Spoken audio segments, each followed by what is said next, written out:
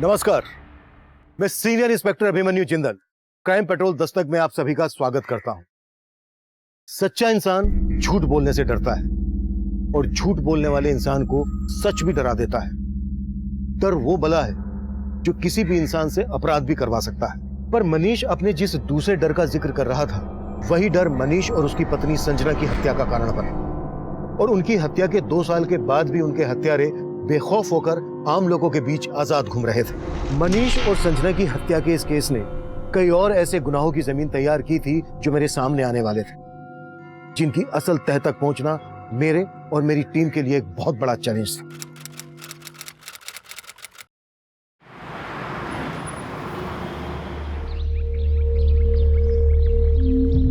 चल चल सगुफ्ता, कितना टाइम लगाएगी? जल्दी कर यार, लेट हो रही है।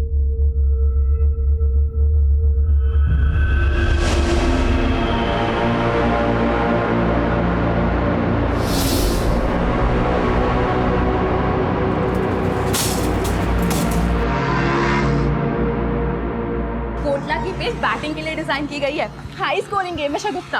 अरे पागल, तू अभी से क्यों एक्साइटेड हो रही है? पहले स्टेडियम तो पहुंच जाए।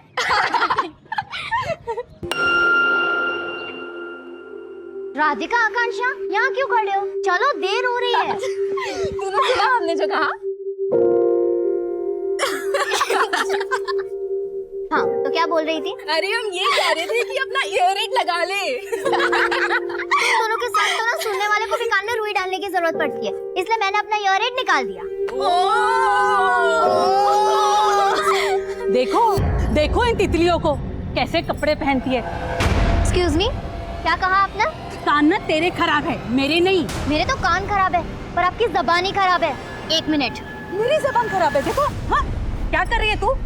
अगर हिम्मत है तो ऑन कैमरा बोल के दिखाइए, आखिर दुनिया भी तो देखे आपकी सोच कैसी है। एक सेकंड आंटी, बोलो ना। अरे छोड़, कैमरे पे बोल के जाइए ना। या तो आप सभी के सामने हमें सॉरी बोलेंगे या ऑन कैमरा बोले कि आपकी सोच कितनी घटिया है। अरे शगुफ्ता, आप जाने दो ना, छोड़ो ना आप। अच्छा, तो आप भी ऐसा सोचते हैं जैसा लीना आंटी? नहीं नहीं, ऐसा कुछ नहीं है। मैं क्या कर रही हूँ? सॉरी बोल दो वरना छोड़ेगी नहीं है। मैं और इन लोगों को सॉरी बोलूंगी? क्या पागल हो गए क्या? मतलब आप अग्री करती है अपनी सोच से? हाँ हाँ, बताइए ना। हाँ हाँ, मैं एग्री करती हूँ, कुछ गलत नहीं कहा मैंने।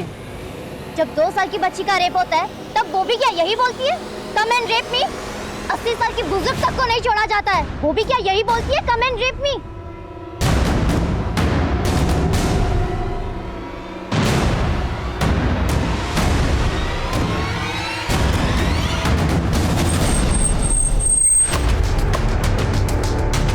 रघुवीर, सेजल, लेट्स गो।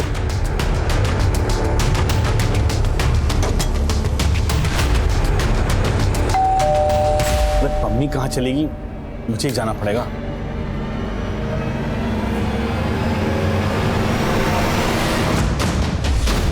घर के सारे दरवाजे खिड़कियां लॉक कर दो।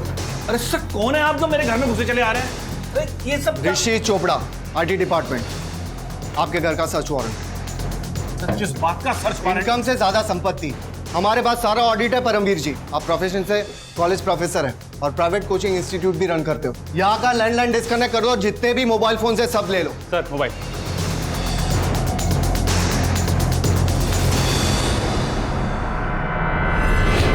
सर, आइए बैठ के बात कर लेते हैं, यही मामले को निपटा लेते हैं।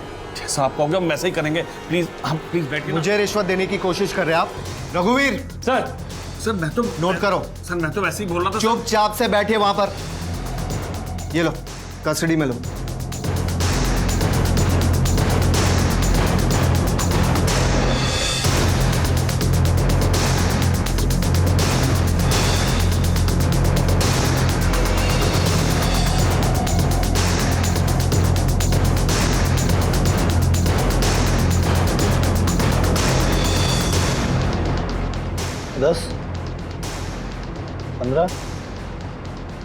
रघुवीर, यहाँ के सीसीटीवी का डीवीआर कलेक्ट करो। We need it as a proof कि यहाँ लाखों रुपए के कैश और जेवर मिले। Yes sir.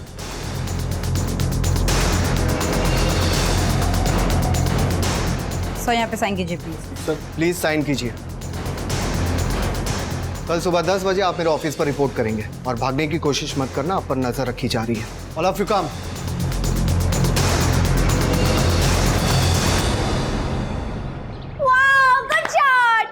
रश्मि, प्रेगनेंसी के बाद जिस तरह तुम क्रिकेट एंजॉय करी हो ना, मुझे तो लगता है हमारा होने वाला बेटा ना क्रिकेटर ही बनेगा। बेटा क्यों, बेटी भी होगी तो भी मैं क्रिकेटर बनेगी।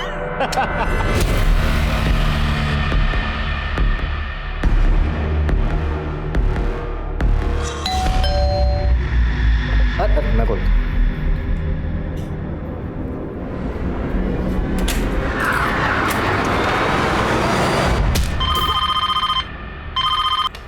Hello, control room.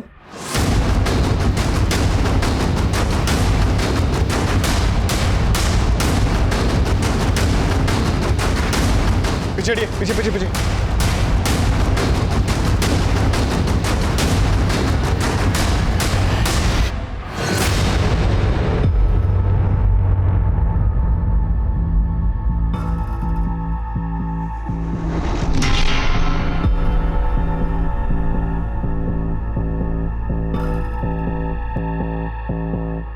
आप लोगों में से इस घर में से कौन है? साहब, कल्पेश साहब और रश्मि मैडम अकेले रहते थे यहाँ। आप कौन? मैं यहाँ साफ सफाई का काम करती हूँ। सर, घर की हालत देख लग रहा है कि शायद मर्डर लूट के इरादे से हुए। गुप्ता, आते वक्त मैंने बाहर सीसीटीवी देखा था, अंदर डीवीआर चेक करो। सर, इनका नाम शीला है और ये इसी घर में मेड का काम करती हैं। सर, इन्होंने सबसे पहले इन डेड बॉडीज को देखा था। क्या देखा था? साहब, हर रोज सवेरे 8 बजे मैं यहाँ काम पे आती हूँ। आज सवेरे अब काम पे आई, डोरबेल बजा लेकिन किसी ने दरवाजा नहीं खोला। मैडम ने एक चाबी मेरे पास दे के रखी थी। मैंने उस चाबी से दरवाजा खोला और देखा तो नाम क्या है तुम्हारे साहब और मैडम का? कल्पेश ठाकुर और रश्मि मैडम। मैडम की तो अगले महीने डिलीवरी होने वाली थी और अचानक से ये कल्पेश ठाकुर करते क्या थे? बिल्डर थे, पंजाबी बाग में उनका ऑफिस है। अच्छा, इनके किसी रिश्तेदार को जानती हो? नहीं सर, मैं किसी को नहीं जानती। अभी फिलहाल 6 महीने से इनके यहाँ काम कर रही हूँ। सर,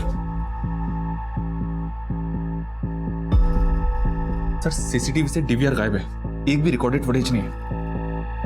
मतलब क्रिमिनल्स पूरी प्लानिंग के साथ आए थे और कुछ मिला? नहीं सर, पूरा घर अस्त व्यस्त है। ऐसा लग रहा है जैसे सब कुछ लूट कर ले गए। मैंने अंदर बेडरूम में देखा, बेडरूम के बेड पर जो गद्दा है उसे शायद उसे फाड़ा गया है।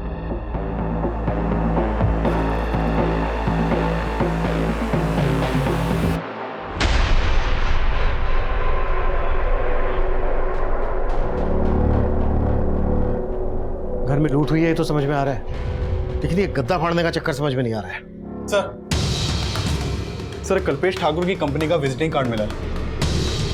कल्पेश ठाकुर के ऑफिस में बात करो और आस पड़ोस में पता करो, शायद किसी ने कुछ देखा हो। क्रिमिनल्स घर के सीसीटीवी का डीवीआर निकाल कर ले गए हैं। एक काम करो, पड़ोस में और यहाँ आने वाले रास्ते पर अगर कोई सीसीटीवी है तो उसकी फुटेज चेक करो। सर, यार 2020 मैच तो मिस कर दिया, पर यहाँ भी कुछ कम चौके छक्के नहीं लग रहे हैं। क्या बात है यार, दबा के कमेंट्स आ रहे हैं। क्या लिखा है? This aunty is sick. Leela aunty की ना लग चुकी है बिल्कुल सबूत। सीरियसली यार, जोश जोश में वीडियो तो वायरल कर दिया, पर देखना अम्मी गुस्सा करेगी।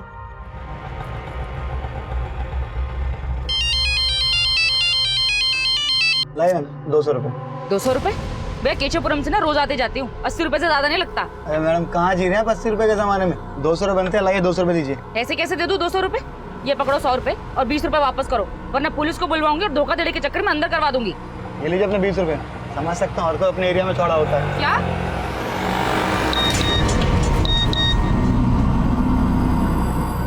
जब 2 साल की बच्ची का रेप होता है तब वो भी क्या यही बोलती है, कम एंड रेप मी? 80 साल की बुजुर्ग तक को नहीं छोड़ा जाता है। कहीं मुंह दिखाने लायक छोड़ा नहीं तुमने। यार जरूरत थी ऐसा मोबाइल में बोलने की? ये सब आपकी गलती है, आप ही हो जड़ इस सबकी। अच्छा, गलती करो तुम और जड़ मैं।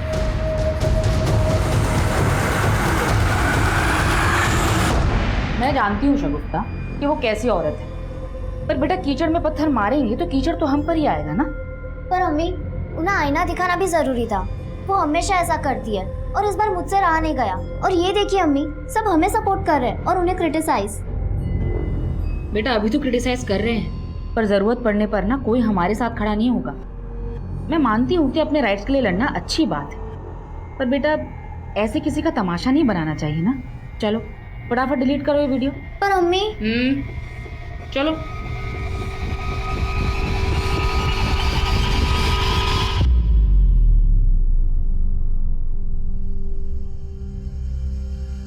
ये तो कल्पेश ठाकुर के घर की तरफ गए थे। बेडरूम के गद्दे का फटा हुआ मिलना और यहाँ घर के बाहर जो गाड़ी है उस पर इनकम टैक्स डिपार्टमेंट भारत सरकार लिखा हुआ है। सर कहीं आईटी रेड का चक्कर तो नहीं? गुप्ता घर में मर्डर्स भी हुए, हमें इस चक्कर को बहुत अच्छे से समझना होगा। ये देखो गाड़ी का नंबर दिख रहा है, वेरीफाई करो कि ये गाड़ी क्या वाकई में आयकर विभाग की। सर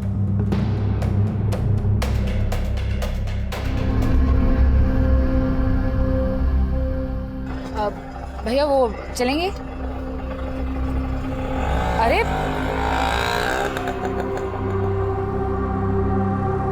नफीसा, तुम यहाँ क्या कर रहे हो? तुमने तो मेरा फोन उठाना बंद कर दिया, तो मैंने सोचा कि यहीं आके मिल लूं। मुझे जो कहना था ना मैं पहले भी कह चुकी हूँ। तुम्हें मेरा घर खाली करना होगा। 1 हफ्ते का टाइम दे रहा हूं तुम्हें मैं, नहीं तो अच्छा नहीं होगा।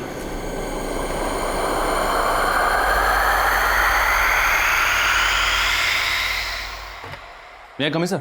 यस कम इन। सर मैंने गाड़ी के उस नंबर को वेरीफाई किया, नंबर फेक है। मतलब क्लियर हो गया है कि क्रिमिनल गवर्नमेंट ऑफिसर बनकर आए और उन्होंने मर्डर और लूट को अंजाम दिया। मैं कम इन सर? कम इन। सर कल्पेश की कंपनी ठाकुर कंस्ट्रक्शन के मैनेजर विक्रांत सिंह को बुला लिया है। विक्रांत, किसी पर शक है आपको जो कल्पेश ठाकुर और उनकी पत्नी को मार सके? किसके साथ उनकी कोई दुश्मनी वगैरह? सर मुझे तो ऐसा कभी कुछ लगा नहीं, मैं तो खुद हैरान हूँ इस सबसे। क्रिमिनल्स इस गाड़ी से कल्पेश ठाकुर के घर गए थे, कुछ अंदाजा है कौन गया होगा इससे? नहीं सर। कल्पेश के घर से सिर्फ कैश ही नहीं लूटा गया है, बल्कि उनके बेड का गद्दा भी फटा हुआ मिला है। क्या वो अपने गद्दे में कुछ पैसा वैसा छुपा के रखते थे? आई मीन ब्लैक मनी वगैरह? सर ये मैं कैसे कह सकता हूँ? मैनेजर थे आप कल्पेश के, उसके इनकम के बारे में अच्छे से पता होगा, और ये भी पता होगा कि कितने पैसे को फेयर दिखाना है और कितने को ब्लैक मनी। सर ये मैं कैसे? अगर कुछ भी छुपाया ना हमसे तो बाद में भारी पड़ सकता है। सर आप सही कह रहे हैं, कल्पेश सर टैक्स की काफ़ी चोरी किया करते थे, बहुत ज़्यादा ब्लैक मनी थी उनके पास में, लेकिन सर वो थे बहुत जुगाड़ू, ले दे के कैसे भी एडजस्ट कर लिया करते थे। पहुंचा देना अनिल जी के। सर टैक्स की चोरी तो सभी करते हैं, लेकिन वो हद से ज़्यादा करप्ट थे, और इसीलिए मैं उनकी जॉब छोड़ने वाला था। 5 साल से वहाँ काम कर रहे थे और मर्डर होते ही जॉब भी छोड़ने लगे। लेकिन सर समझ रहा हूँ मैं क्या कहना चाह रहे हो। अब हमें ये बताओ कि कल्पेश की फैमिली में कौन कौन है? सर उनके एक बड़े भाई हैं, लेकिन वो कनाडा में रहते हैं, और हाँ रश्मि भाभी की माँ भी हैं जो इंदौर में रहती हैं। शर्मा डिटेल्स ले लो। सर आइए। सर इसकी बातों से तो ऐसा ही लग रहा है जैसे कल्पेश ने फटे हुए गद्दे में अपनी ब्लैक मनी छुपा के रखा होगा। लेकिन ये बात क्रिमिनल्स को कैसे पता चली? शबरी, इसमें आईटी ऑफिसर्स इन्वॉल्व हैं। गुप्ता, आईटी डिपार्टमेंट से कल्पेश के केस को समझो। सर क्या बात है अम्मी, 10 बजे और अभी तक आप बिस्तर में हैं? तबीयत तो ठीक है ना? अरे कुछ नहीं बेटा, बस थोड़ी सी हरारत हो रही थी। अच्छा हुआ तूने याद दिला दिया, मुझे जाना है, क्लाइंट के साथ ना एक मीटिंग है मेरी। तबीयत ठीक नहीं तो आराम कर लीजिए। बेटा आराम की फुर्सत कहाँ है? हाँ पर अम्मी, अब मैं भी आपका हाथ बटाना चाहती हूँ। आकांक्षा ने मुझे बताया था एक पार्ट टाइम जॉब के बारे में, कॉलेज के साथ साथ वो भी कर लूंगी। नहीं बेटा, इस सब की कोई जरूरत नहीं है, तू बस अपनी पढ़ाई पर ध्यान दे, बाकी सब मैं संभाल लूंगी।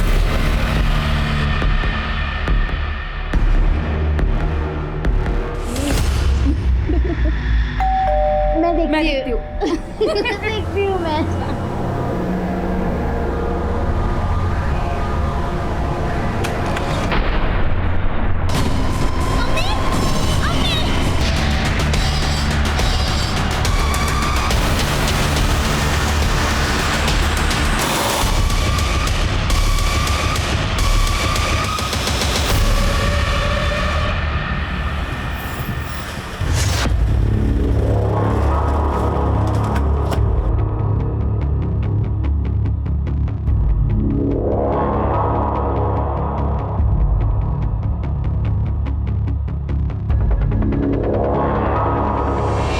कल्पेश ठाकुर, ठाकुर कंपनी का मालिक?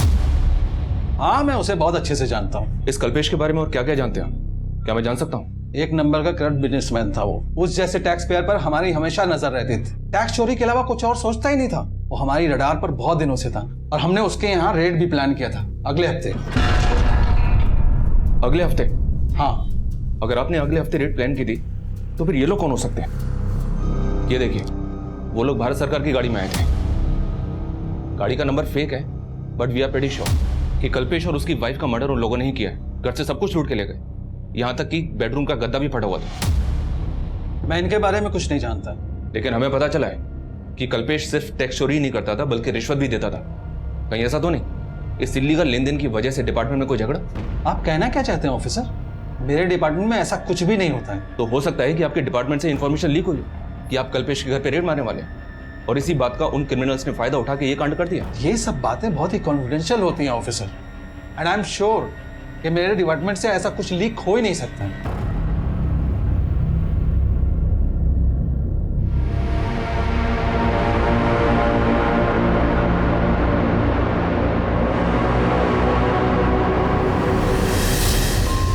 सर, पोस्टमार्टम रिपोर्ट के मुताबिक कल्पेश और उसकी वाइफ का मर्डर उसी दौरान हुआ जिस दौरान भारत सरकार के फेक नंबर की वो गाड़ी उनके घर के बाहर देखी गई। इसका मतलब यह है कि क्रिमिनल्स गवर्नमेंट ऑफिसर के भेष में आए थे। सर, मुझे अभी लग रहा है ये इसी बात से कनेक्टेड है कि कल्पेश के घर आईटी की रेड होने वाली थी। हमें बहुत सावधानी से काम करना होगा। पता लगाओ सज्जन सिंह के अलावा इस बात को वहां और कौन जानता था। आईटी वाले हैं, उन्हें किसी भी तरह से इस बात की भनक नहीं लगनी चाहिए कि हमने काम को किस तरह से कर रहे हैं और हम इन्वेस्टिगेट किस एंगल में कर रहे हैं। मैं come in sir? Yes come in. Sir, मैंने कल्पेश के घर के बाहर की पिछले कुछ दिनों की एक्टिविटीज चेक की। वारदात से एक दिन पहले वहां के सीसीटीवी में कुछ सस्पिशियस नोटिस किया मैंने। ये वहां का फुटेज है सर।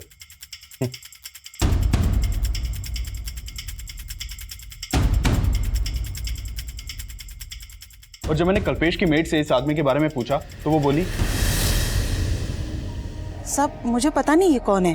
लेकिन ये आदमी आपको देख के वापस जाने लगा। आपको कुछ अजीब नहीं लगा? तब लगा था, लेकिन मैंने इतना ध्यान नहीं दिया। सर, ये आदमी क्राइम से एक दिन पहले घर के बाहर देखा गया है। क्या ये वाकई में पॉसिबल है कि ये आदमी उन क्रिमिनल से कनेक्टेड होगा?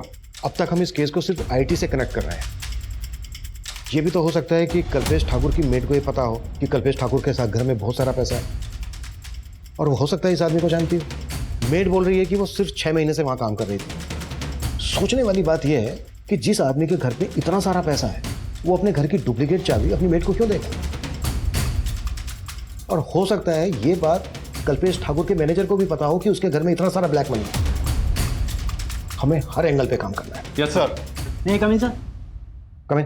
सर, संजीवनी सोसाइटी के सेक्रेटरी का फोन आया था। उसकी बातों से लग रहा है कि मामला काफी सीरियस है। कैसा मामला? सर नमस्ते सर। सर, मेरा नाम राजन है, मैं इस सोसाइटी का सेक्रेटरी हूँ। सर, मैंने आपको कॉल किया था। सर, ये बिल्डिंग फ्लैट नंबर 205 में माँ बेटी किराए पे रहते हैं सर। 2 दिन से गेट नहीं खोला उन लोगों ने। इस तरफ सर। आइए सर, आइए सर, हटो। सर देखिए सर, पेपर भी लगा हुआ है, दूध भी पड़ा हुआ है। सर, हमने फ़ोन भी ट्राई किया था, दोनों के फ़ोन स्विच ऑफ है। राणा, दरवाजा तोड़ो।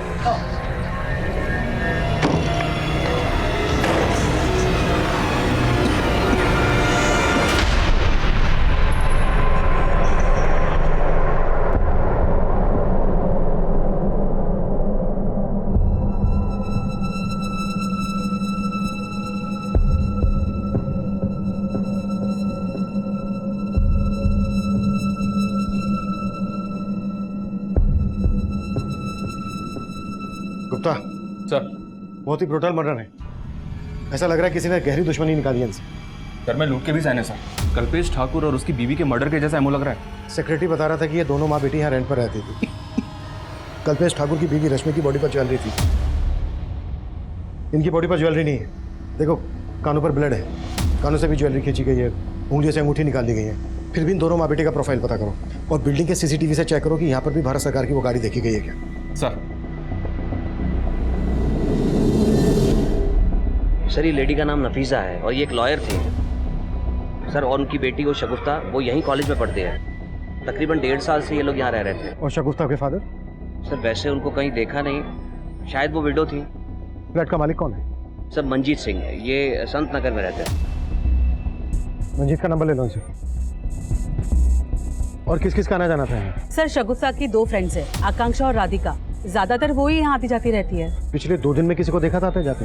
हाँ सर, 2 दिन पहले मैंने एक डिलीवरी बॉय को देखा था, इनके घर की डोरबेल बजा रहा था। कौन डिलीवरी बॉय? वो मुझे नहीं मालूम सर। सर पूरी बिल्डिंग की सीसीटीवी खराब है और बिल्डिंग में 1 हफ्ते से सिक्योरिटी गार्ड भी नहीं है।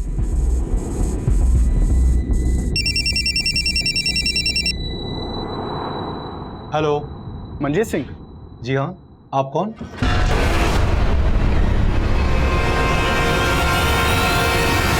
गुप्ता, सर ये कल्पेश के मेट क्यों है जरा पता करो। सर नफीसा शगुफ्ता जिस फ्लैट में रहती थी उसके मकान मालिक मंजीत सिंह से मेरी बात हुई। ठीक है, उसको थाने बुला लो। और उसकी नेबर शगुफ्ता की फ्रेंड्स के बारे में बता रही थी कि उनका भी यहाँ आना जाना था, उनके बारे में पता करो। सर मेरा वहाँ आना जाना कम ही होता था। वो फ्लैट मैंने किराए पे चढ़ाने के लिए ही खरीदा था। शगुफ्ता और नफीसा के पड़ोसी कैसे थे? मतलब उनका किसी के साथ कोई लड़ाई झगड़ा होता होगा तो आपको पता चल ही जाता होगा। सर कईयों से उनके लड़ाई झगड़े थे। वो लोग तो चाहते थे कि मैं उन्हें वहाँ से निकाल दूँ। कई कंप्लेंट आती थी सर उनकी। कैसी कंप्लेन? और कौन करता था? सर मुझे वहाँ के सेक्रेटरी सब कुछ बताते थे। सर वहाँ के लोगों को उनसे बहुत प्रॉब्लम थी। किसी को उनके पहनावे से प्रॉब्लम थी तो किसी को उनकी लाइफस्टाइल से, और यहाँ तक कि हमारे सेक्रेटरी साहब को तो उनकी बिरादरी से प्रॉब्लम थी। वो उनके सामने वाले फ्लैट में ही रहते हैं।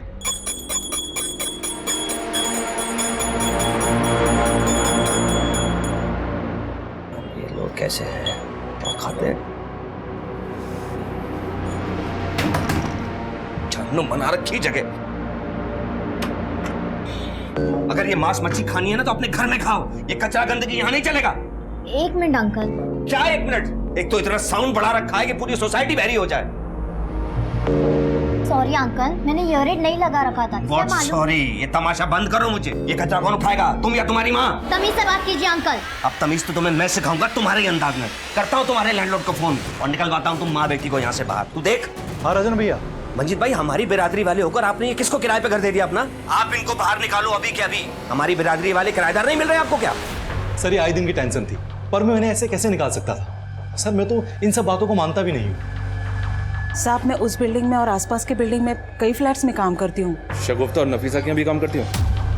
नहीं साहब, मैं उनको जानती तक नहीं। तो उनकी बिल्डिंग में किसके यहाँ काम करती हो? मैं लीना मैडम के यहाँ काम करती हूँ, जो 3रे माले पे रहती है।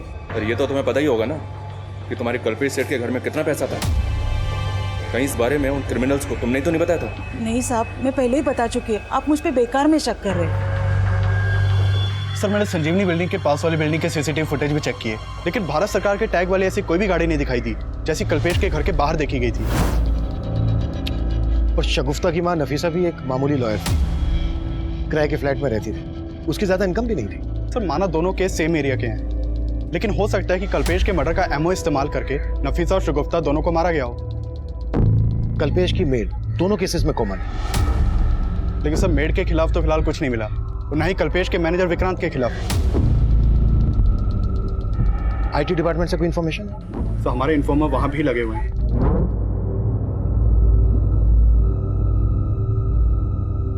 लेकिन अभी तक फिलहाल कोई काम की खबर नहीं आई। शगुफ्ता और नफीसा जिस बिल्डिंग में रहती थी उस बिल्डिंग का सेक्रेटरी राजन की कुंडली निकालो। सर एक बहुत चौंकाने वाली बात पता चली है। ये शगुफ्ता और नफीसा जिस फ्लैट में किराए पे रहती थी, 2 साल पहले उसी फ्लैट में ये मनीष गर्ग और उसकी बीवी संजना गर्ग रहते थे। और सर 2 साल पहले इन दोनों का भी उसी फ्लैट में मर्डर हुआ था। हत्या के साथ साथ लूट भी की गई थी। 2 साल पहले ये इलाका मंगोलपुरी थाना के एरिया में आता था ना? जी हाँ सर, ये इन्फॉर्मेशन मुझे वहीं से मिली है। मनीष और संजना का मर्डर किसने किया था? सर ये केस किसी नतीजे तक नहीं पहुंचा था, काफी टाइम तक बैकलॉग में था। लेकिन मर्डर के 6 महीने के बाद मनीष के भाई ने वो फ्लैट मंजीत को बेच दिया था। और सर 2 साल पहले उस बिल्डिंग का सेक्रेटरी ये राजन भार्गव भी था। उस केस में भी पुलिस को राजन के ऊपर ही शक था, क्योंकि राजन का मनीष और संजना के साथ काफी झगड़ा हुआ था। और मंजीत बोल रहा था कि ये राजन शगुफ्ता और नफीसा को इस बिल्डिंग से निकलवाना चाहता था। राजन को लेकर आओ। सर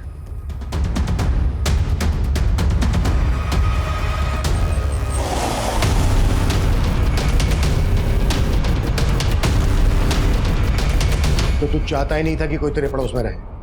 शगुफ्ता और उसकी माँ की बिरादरी से प्रॉब्लम थी तुझे, पर मनीष और उसकी पत्नी संजना को क्यों मारा?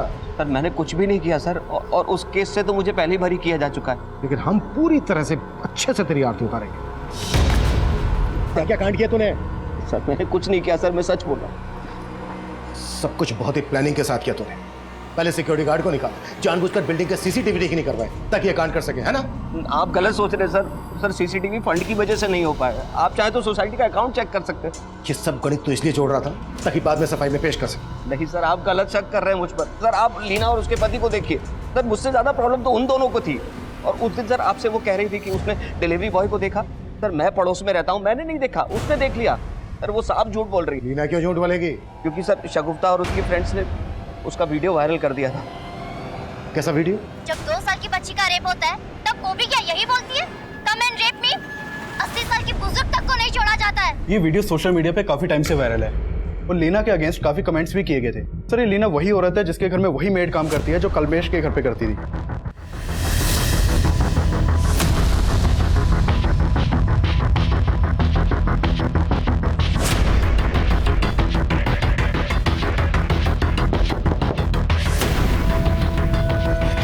सर मैं मानती हूँ कि मैंने उनकी ड्रेसिंग पे कमेंट किया था। तुमने क्या कमेंट किया था ये बहुतों ने देखा उस वायरल वीडियो में, और उसके बाद सोसाइटी में तुम्हारी क्या इज्जत रह गई थी ये मालूम है हमें। इसी बात का बदला लिया ना तुमने उनसे? नहीं सर, मुझे अपनी गलती का एहसास था। मैं तो शगुफ्ता और उसके दोस्तों से माफी तक मांगने गई थी। सर उन्होंने माफी तो जरूर मांगी थी, लेकिन वो सब दिखावा था। वो चाहती थी कि हम उनका फिर से वीडियो बनाएं और लोगों को बताएं कि वो बदल चुकी है। शगुफ्ता उस दिन के लिए मैं बहुत शर्मिंदा हूँ। तुमने मेरे साथ जो किया वो एकदम सही किया, लेकिन अब मेरी आंखें खुल चुकी है। तुम सबकी वजह से मेरे में ये चेंज आया है। क्या सोच रही हो तुम? क्या तुम्हें अब भी मेरी बात झूठी लग रही है? नहीं आंटी, इट्स फाइन कि आपको आपकी गलती का एहसास हुआ, पर ये तुम्हें दुनिया को भी बताना चाहिए ना। अब तुम मेरा वीडियो नहीं बनाओगी? नो आंटी, क्योंकि मैं जानती हूँ हाथी के दांत खाने के और दिखाने के अलग होते हैं। सर प्रॉब्लम सिर्फ लीना आंटी में नहीं थी, उनके हस्बैंड भी कोई कम नहीं है। लीना के हस्बैंड ने क्या किया था? सर वो बेवजह शगुफ्ता में इंटरेस्ट दिखा रहा था। वो परेशान हो चुकी थी पर कुछ बोल नहीं पा रही थी। यार इतने अच्छे हाय शगुफ्ता। शगुफ्ता कैसा चल रहा तुम्हारा कॉलेज? अच्छा चल रहा है uncle. Don't call me uncle. अरे माना कि मैं शादीशुदा हूँ, लेकिन तुमसे इतना बड़ा भी नहीं कि तुम मुझे अंकल बोलो। ठीक है, नहीं बोलूंगी। Okay take care. ये तेरे में कुछ ज्यादा इंटरेस्ट नहीं दिखा रहा है। पर तेरा क्या इरादा है? सर उनको गलतफहमी थी कि शगुफ्ता और उनके हस्बैंड के बीच में कुछ चल रहा है। सर उनको ऐसा लगता था कि हम उनके हस्बैंड पे लाइन मारते हैं, बट ऐसा कुछ भी नहीं था सर। सर मैं किसी गलत इंटेंशन से शगुफ्ता से बात नहीं करता था, पर मेरी बेबी बेकार ही मुझ पर शक करती थी। तो इसी वजह से आपकी बीवी ने शगुफ्ता के साथ साथ नफीसा को भी रास्ते से हटा दिया। सर मैं सच कह रही हूँ, मैंने कुछ नहीं किया। सर मैंने आपको बताया ना कि उस दिन वहाँ एक डिलीवरी बॉय आया था और शगुफ्ता के घर की डोरबेल बजा रहा था। मुझे तो लग रहा है कि वो राजन भार्गव अपना किया छिपाने के लिए मुझे झूठा साबित कर रहा है। नफीसा एक लॉयर थी। एंगल नफीसा के प्रोफेशन से भी जुड़ा हो सकता है। शगुफ्ता और नफीसा से जुड़ी छोटी से छोटी बातों के बारे में भी पता करो। राजन, लीना और निरंजन पे नजर रखो। सर काफी कोशिश के बाद आईटी डिपार्टमेंट के एक एम्प्लॉय से काम की इन्फॉर्मेशन निकाली है। सर वहाँ एक राकेश मीणा नाम का आदमी सज्जन सिंह के अंडर काम करता है। मैंने उससे रिक्वेस्ट किया था, वो आपसे मिलने के लिए तैयार हो गया है। बुला लो। सर करीब 1 महीना पहले परमवीर जैन नाम का एक आदमी आईटी ऑफिस में आया था।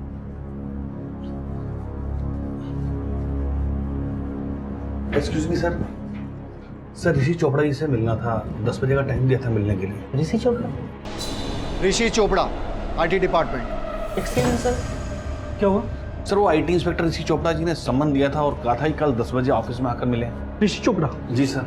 मगर इस नाम का कोई ऑफिसर यहाँ काम नहीं करता। सर उनके अंडर में रघुवीर सिंह, सेजल गुप्ता और अतुल शर्मा थे। वो कल मेरे घर आए थे। मगर इन नामों के कोई ऑफिसर हमारे यहाँ काम नहीं करते। क्या? सॉरी सर, मुझे लगता है कि मुझे कुछ गलतफहमी हो गई है। मैं चलता हूँ।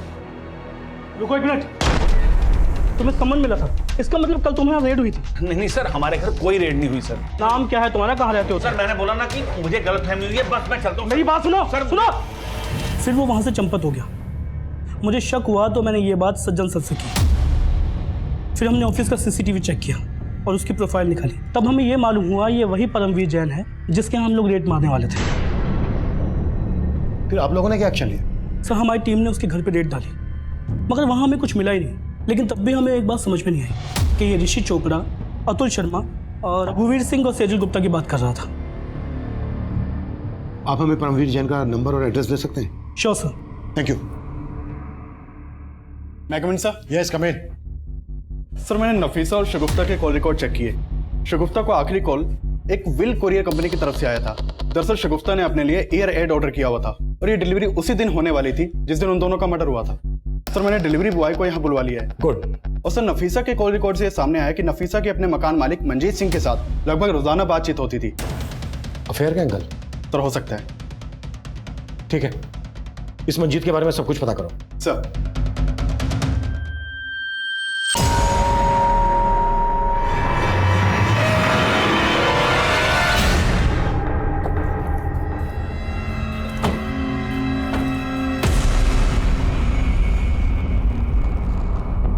ऋषि चोपड़ा, रघुवीर सिंह, सेजल गुप्ता, अतुल शर्मा, इनको तो जानते ही होगे।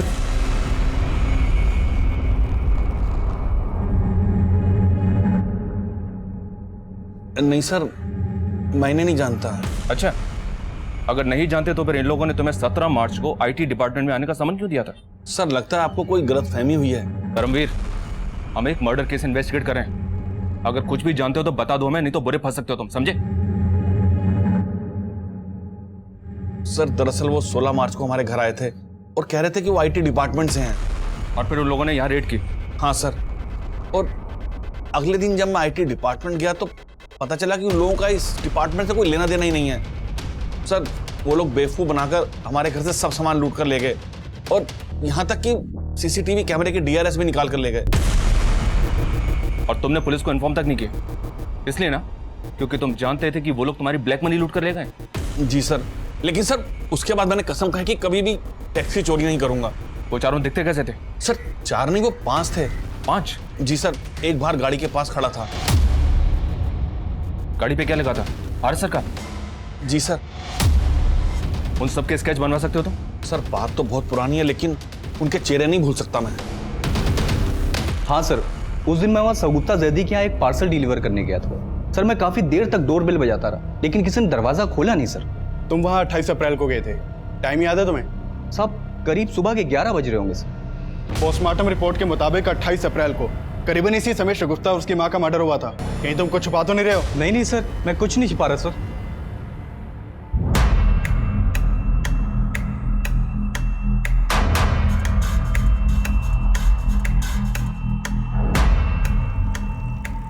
सर ये उन चारों के स्केचेस हैं जिन्होंने परमवीर के घर पर फेक रेड डाली थी और पूरे चांसेस हैं कि ये वही लोग हैं जिन्होंने कल्पेश के घर पर भी फेक रेड डाली थी। अगर ये एक ही है तो एक बात समझ में नहीं आ रही है कि इन्होंने इस तरह से परमवीर के घर पर रेड डाली कि उसने बिलीव कर लिया कि ये सब आईटी ऑफिसर्स ही हैं। इन्होंने सब कुछ इतनी सफाई से किया तो फिर कल्पेश और उसकी वाइफ का मर्डर क्यों किया? अब इन केसेस में बहुत कुछ ऐसा है जो इन्हें एक दूसरे से अलग कर रहा है। चल एक काम करो, इन सारे इस केसेस को कल्पेश के घर के बाहर लोगों को दिखाओ और पता करो कि क्या इनको कल्पेश के घर के बाहर देखा गया था, और जिस डिलीवरी बॉय को कल्पेश के घर के बाहर देखा गया था ये भी पता करो कि उस डिलीवरी बॉय को परमवीर के घर के बाहर भी देखा गया था क्या? सर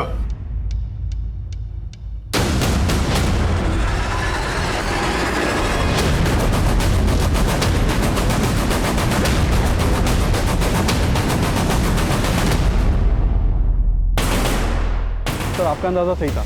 परमवीर के घर जिस दिन फेक रेड हुई उसके एक दिन पहले ये आदमी परमवीर के घर नजर आया था और इस बार ये आदमी पोस्टमैन के कपड़ों में है। हाँ सर, लेकिन परमवीर का कहना है कि उसे ध्यान नहीं कि उसने इस आदमी को देखा था या नहीं, लेकिन कल्पेश की मेड ने आइडेंटिफाई किया है कि उसने इसी डिलीवरी बॉय को कल्पेश और रश्मि के मर्डर के एक दिन पहले उनके घर के बाहर देखा था। मतलब ये आदमी अपने गैंग के लिए रेड से पहले रेकी करता था। बाकी के उन 5 के बारे में कुछ पता चला? नहीं सर, उनका कहीं कोई क्रिमिनल रिकॉर्ड नहीं मिला।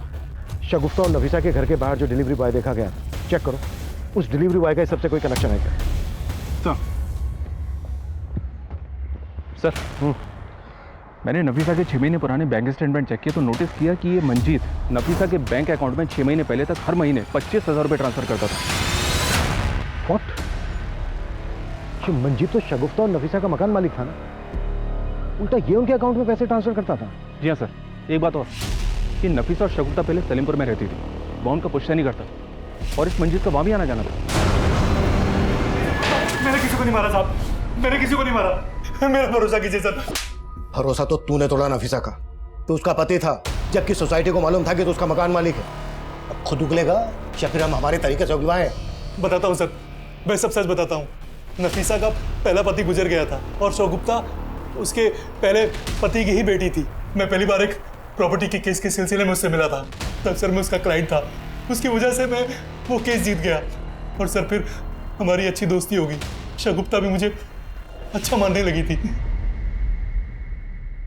नफीसा मुझसे सच्चा प्यार करने लगी थी और वो मुझसे शादी करना चाहती थी। हम दोनों ने शादी भी कर ली, लेकिन मैं पहले से ही शादीशुदा था। ये बात उसको नहीं पता थी और जैसे ये बात उसको पता चली उसने हंगामा खड़ा कर दिया। तुमने तो कहा था कि तुम्हारी वाइफ मर चुकी है, तुमने मुझे इतना बड़ा धोखा दिया मंजीत। नफीसा, मैं तुम्हें खोना नहीं चाहता था और मैं शादीशुदा हुआ तो क्या हुआ? तुम इतना गिर जाओगे मैंने कभी नहीं सोचा था। मैंने 1.5 साल पहले वो फ्लैट लिया था। वो लोग तब से ही वहीं रहते थे। मैं उन्हें हर महीने पैसे भी दिया करता था, लेकिन सर धीरे धीरे हमारे संबंध में दरार पड़ गई और तुझे लगने लगा कि उन्होंने तेरे फ्लैट पे कब्जा कर लिया, इसलिए तूने उन्हें रास्ते से हटा दिया और सब कुछ ऐसी प्लानिंग से किया कि लगे कि ये मर्डर्स लूट की वजह से हुए। नहीं सर, मैंने किसी को नहीं मारा सर, मैंने किसी को भी नहीं मारा साहब, मैं सच कह रहा हूं, मैंने किसी को नहीं मारा।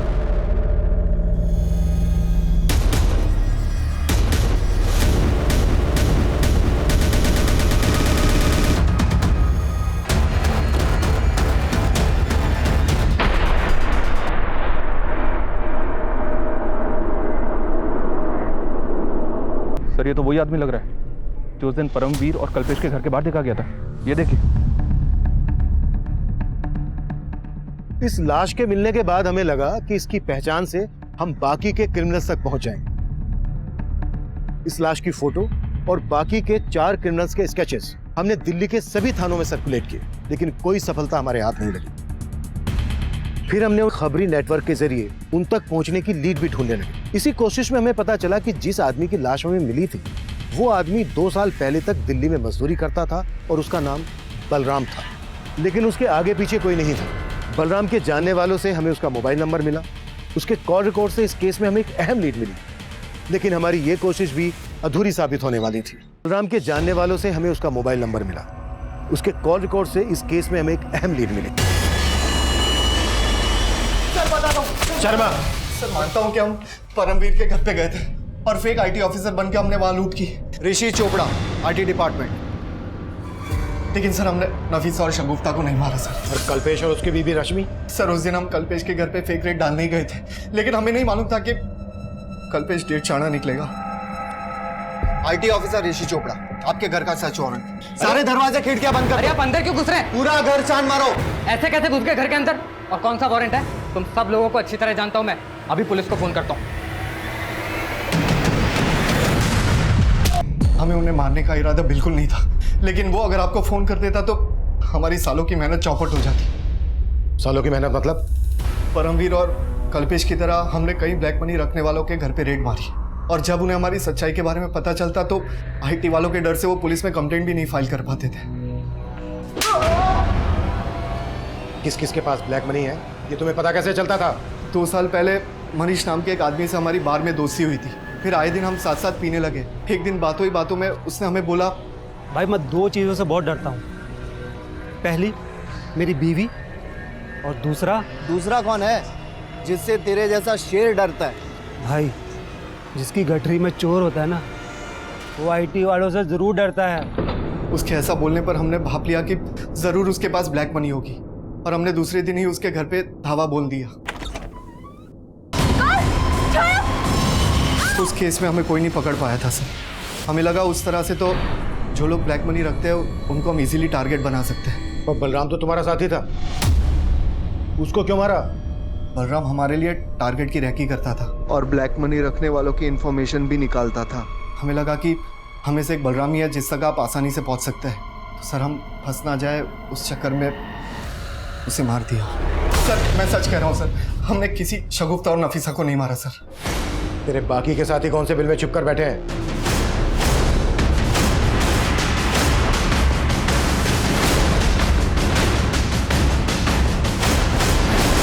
कल्पेश और रश्मि ठाकुर के साथ साथ 2 साल पुराना मनीष और संजना मर्डर केस भी सॉल्व हो गया, लेकिन शगुफ्ता और उसकी मां का मर्डर केस अभी भी अनसुलझा।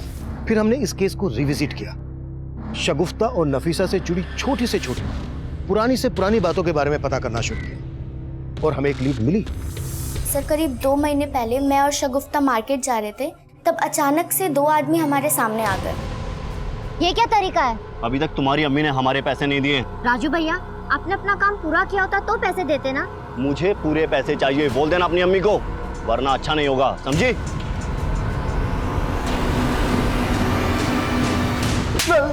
सर बताता हूँ साहब, बताता हूँ साहब। मैं जब उनके घर में काम कर रहा था तो मुझे एक दूसरा बड़ा काम मिल गया था। उसका सेट पैसे भी अच्छे दे रहा था सर। मैंने सोचा मैं पहले सेट का काम खत्म कर देता हूँ और बाद में इनका काम कर दूंगा, लेकिन साहब उन्होंने वो काम दूसरे कारीगर से करवा लिया और उन्होंने मेरा बाकी का 6000 भी नहीं दिया। अम्मी, अम्मी! सिर्फ 6000 रुपए के लिए तूने उनको मार डाला। साले नहीं साहब। मनीष, कल्पेश, परमवीर ये विक्टिम तो जरूर थे, लेकिन कानून की नजर में गुनहगार भी थे। शगुफ्ता और नफीसा को बहुत पहले से ही ये दस्तक मिल रही थी कि उनके साथ सब कुछ ठीक नहीं हो रहा है। मंजीत ने नफीसा से शादी की थी, लेकिन ये बात सोसाइटी में किसी को मालूम नहीं थी। राजन की धमकी, लीना और निरंजन के झगड़े, हर मोड़ पर उन्हें दस्तक मिल रही थी कि वो कभी भी किसी भी तरह के अपराध में तब्दील हो सकती थी। इस केस में हम भी आखिर तक ये सोच नहीं पाए थे कि मात्र 6000 रुपए के लिए नफीसा और शगुफ्ता को मार दिया गया, कि वाकई में चौंका देने वाला था। अब मैं सीनियर इंस्पेक्टर अभिमन्यु जिंदल आप लोगों से विदा लेता हूं। आपसे फिर मुलाकात होगी एक नए केस के साथ। स्वस्थ रहिए, सतर्क रहिए और देखते रहिए क्राइम पेट्रोल दस्तक। मकसद बताना नहीं, बचाना है।